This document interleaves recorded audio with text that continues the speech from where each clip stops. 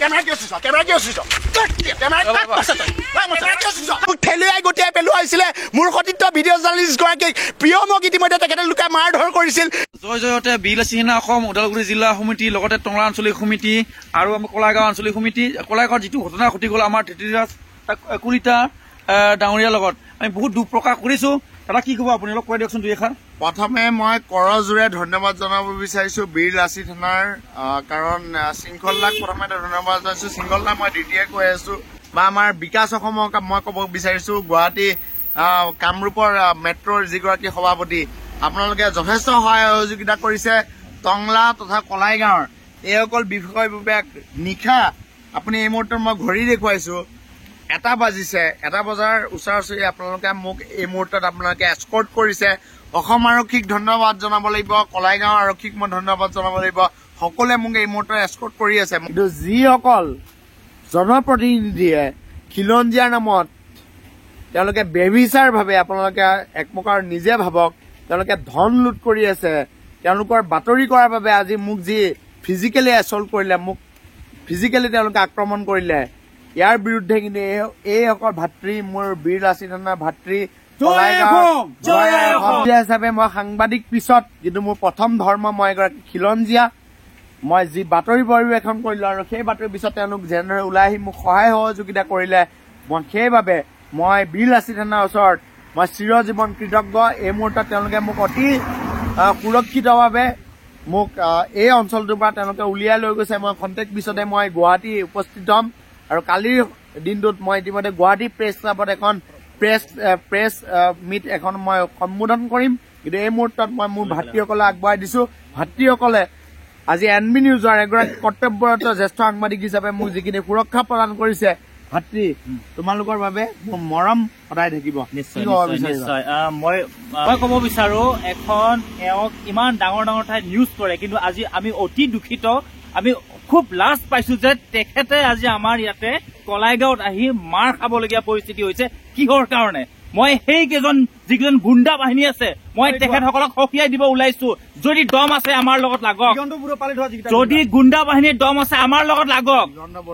দিগন্ত বৰুৱাৰ EMৰ গুণ্ডা বাহিনীক আমি সকিয়াই দিব ওলাইছো। যদি দম আছে আমাৰ লগত লাগক, বীৰ লাচিত থানা অসমৰ লগত লাগক। তেতিয়া আমি গম পাম তেওঁলোকৰ কিমান দম। জয় আই অসম জিন্দাবাদ। আৰু মই শেষত মই আৰু এটা কথা কবলৈ ওলাইছো। তেখেত বৰ্তমান বহুত ৰাতি হৈছে, এখেতক আমি ইয়াৰ পৰা বিদায় দিব লাগিব। গতিকে আমি ধন্যবাদ বীৰ লাচিত থানা অসম, ধন্যবাদ শৃংখলদা এজ অলৱেজ।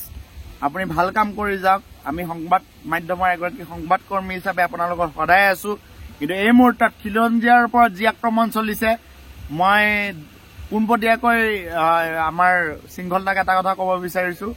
সংবাদকৰ্মী হিচাপে নহয়, এগৰাকী খিলঞ্জীয়া যুৱক হিচাপে মই ক'ব বিচাৰিছো কলাইগাঁৱত যি আইন শৃংখলাৰ অৱনতি এই বিষয়ে আপুনি DGP GP সিং ডাঙৰীয়াক, মুখ্যমন্ত্ৰী হিমন্ত বিশ্ব শৰ্মা ডাঙৰীয়াক আপুনি দৃষ্টিগোচৰ কৰক। এইসকল আমাৰ বিষয়ববীয়া যিসকল ইতিমধ্যে তেখেতলোকে দায়িত্বভাৰ গ্ৰহণ কৰি আছে। বীৰ লাচিত থানাৰ নিশা 1 বজাতো তেওঁলোকে নিজৰ দায়িত্বভাৰ তেওঁলোকে গ্ৰহণ কৰি আছে। মোক সুৰক্ষিতভাৱে গুৱাহাটীত যাতে মই প্ৰস্থান কৰিব পাৰো তেওঁলোকে যথেষ্ট উদ্যোগ লৈছে। তেওঁলোক যাতে সুৰক্ষিত হৈ থাকে, সংবাদ মাধ্যম গণতন্ত্ৰৰ চতুৰ্থ স্তম্ভ হিচাপে যাতে সকলোৱে ইয়াত সুৰক্ষিত হৈ থাকে। আৰু যিসকল কেলেংকাৰীত নিমজ্জিত যিসকল জনপ্ৰতিনিধি আছে তেওঁলোক যাতে অনন্তি পলমে তেওঁলোকে যাতে আইনৰ তদন্তত আহে, তেওঁলোক যাতে শীঘ্ৰে তেওঁলোক যাতে দোষী প্ৰমাণিত হয়, এই বিষয়ে কিন্তু আমাৰ সকলো অসমবাসীয়ে তেওঁলোকক কৰণীয়খিনি কৰি যাব লাগে। ধন্যবাদ।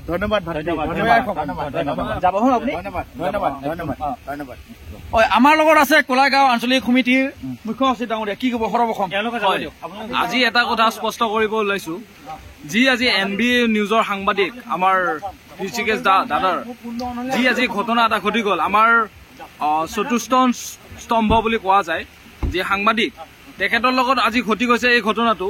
কাইলৈ আজি বেলেগ এজনৰ লগত নঘটিব সেইটো কোনো কথাই নহয়।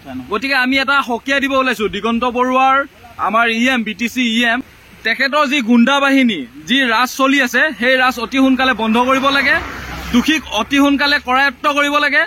আমাৰ কলাইগাঁৱত যিটো আমাৰ গুণ্ডা বাহিনীৰ চলি আছে তেখেতৰ যি মাটি সম্পত্তি তালিকা আমি বৰ্তমান পাইছো দেখিবলৈ পাইছো আমি নিউজত আমি যিয়ে হওক আমি দেখিবলৈ পাইছো গতিকে সেই যি মাটি সম্পত্তিৰ তালিকা আমি সেইবোৰ আমাৰ কোনো কথা নাই কিন্তু আমাৰ এটাই কথা যি সাংবাদিক এজনে নিউজ এটা কৰি থাকোতে তেখেতক কি কাৰণত বা কেনে ধৰণত তেখেতক মাৰিব পালে তেখেতক কোনে মাৰিবলৈ ইমানখিনি অধিকাৰ দিলে গতিকে আমি এটা বস্তু আমি সাব্যস্ত কৰিব ওলাইছো অতি সোনকালে দোষীক সাব্যস্ত কৰিব লাগে অতি সোনকালে কৰায়ত্ব কৰিব লাগে যোনে দোষী হওক দিগন্ত বৰুৱাৰ আজি গুণ্ডাৰাজ চলি আছে কালি বেলেগ এজনক গুণ্ডাৰাজ চলিব গতিকে আমি এটা বস্তু আমি হকিয়াই দিব ওলাইছো যোনে হওক এইটো যে যোনে হওক আমাক অতি সোনকালে NB নিউজৰ যি সাংবাদিক আমাৰ যি দাদাজনক আজি মাৰিছে গুৱাহাটীৰ পৰা আহি তেখেতে আমাৰ কলাইগাঁও নিউজ এটা বনাই আছিলে নিউজ এটা বনাই থকা অৱস্থাত তেখেতক মাৰিছে গতিকে কালি আমাৰ কলাইগাঁও এজনক বেলেগ এজন সাংবাদিকক মাৰিব